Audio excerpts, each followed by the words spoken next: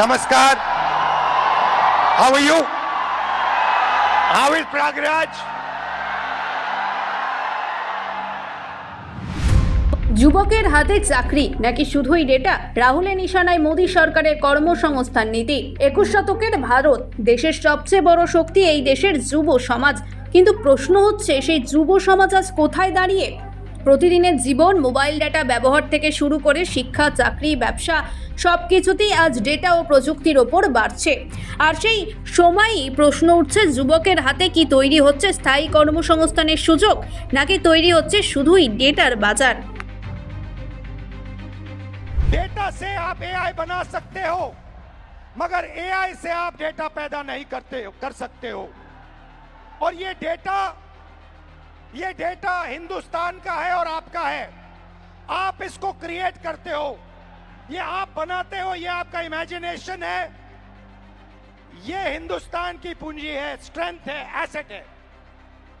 मगर भाइयों और बहनों, डेटा आपका, यूथ पोटेंशियल आपका, मगर सिस्टम ने आपको चक्रव्यूह में फंसा रखा है। প্রয়াগরাজে ছাত্রদের সঙ্গে কথা বলতে গিয়ে রাহুল গান্ধী সরাসরি তাদের চাকরি ও প্রতিযোগিতামূলক পরীক্ষার সমস্যার কথা শোনেন।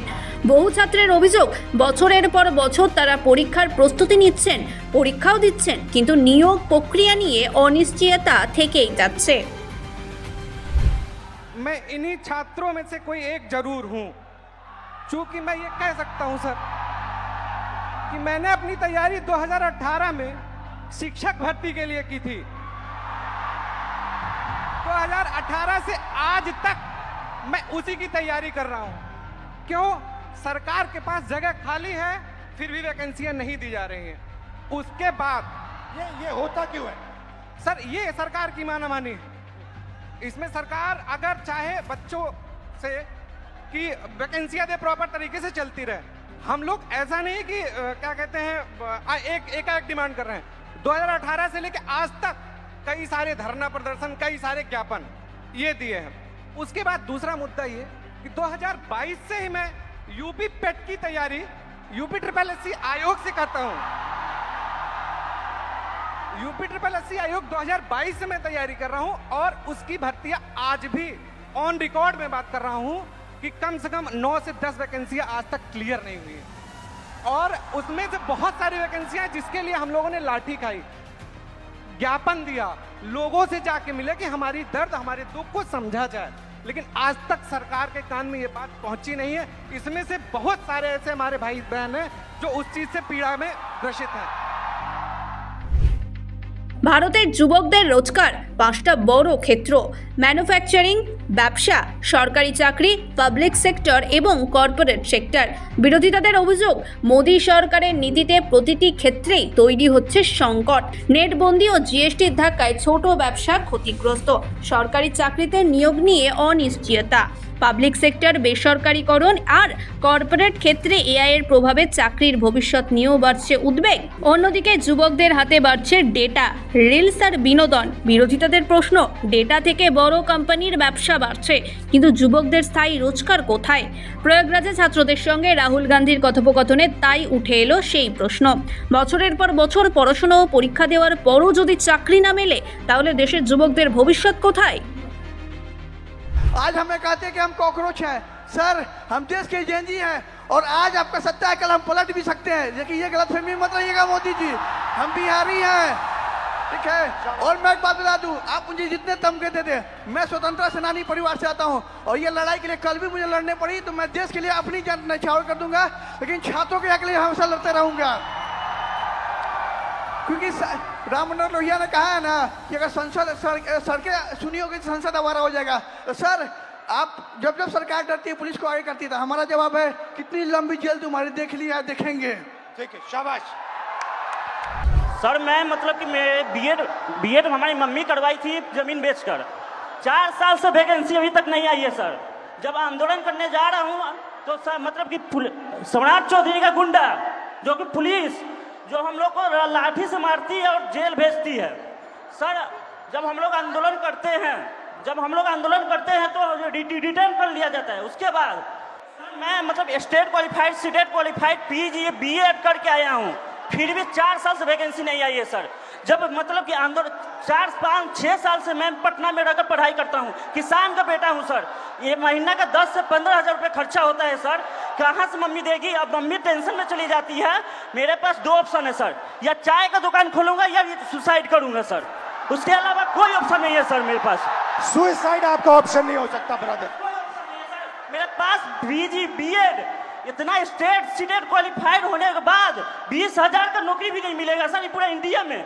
उसके बाद मैं सर जब मतलब कि मम्मी मतलब कि सुनती है कि आंदोलन में गया है तो मम्मी को पानी चढ़ने लगता है सर टेंशन से। उसके बाद सर मतलब हमारे एक मंत्री हैं बिहार के, अशोक चौधरी नाम है सर, वो 56 साल के होकर वो प्रोफेसर बने हैं सर, जो कि नीतीश कुमार के राइट हैंड है सर। वो कैसे बन गए सर? बिना बिठाओ तो इंटरव्यू का कैसे बने सर? एक सीट खा गया सर ये सर। जमीन बेच के मतलब बीएड किया हूँ सर। सोच लीजिए हम किस लेवल के हैं फैमिली सर। अभी तक 4 साल से वैकेंसी नहीं आई है सर। सोचिए हर महीना सर हम मतलब वैकेंसी डेट निकाला जाता है, लेकिन निकाला मतलब कि वो निकलता नहीं है सर। आज भी सितंबर में एग्जाम का डेट दिया हुआ है, अभी तक फॉर्म नहीं आया है सर। फिर आंदोलन करूंगा, फिर थाना में जमा होऊंगा, लेकिन डरूंगा नहीं सर इस सम्राट चौधरी के गुंडा से। शाबाश। ग्रीटिंग्स टू ऑल, मेरा नाम शिफत फैज़ है और मैं फर्स्ट फीमेल वाइस प्रेसिडेंट हूँ पटना यूनिवर्सिटी स्टूडेंट यूनियन की, इंडिपेंडेंटली इलेक्टेड। जब 20 तारीख को दिल्ली के जंतर मंतर के प्रोटेस्ट के दौरान पुलिस और गवर्नमेंट के थ्रू स्टूडेंट पर ब्रूटली मारा पीटा गया, उन पर वाटर कैनाल्स फेंके गए, उन पर टीयर गैसेस चार्ज किए गए, उसके खिलाफ 22 जुलाई को पटना में स्टूडेंट्स ने प्रोटेस्ट का कॉल दिया।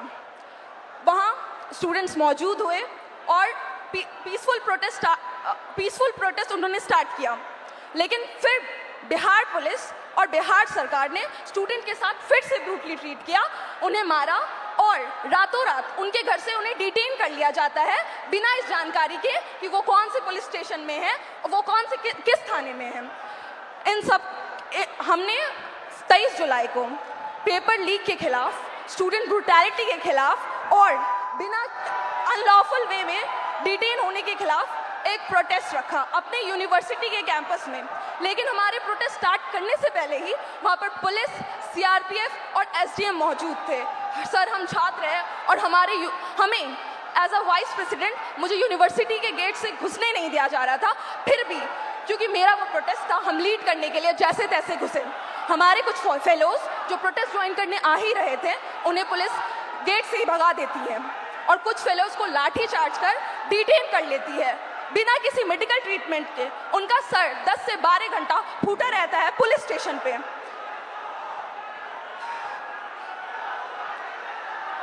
लेकिन Don't worry, relax.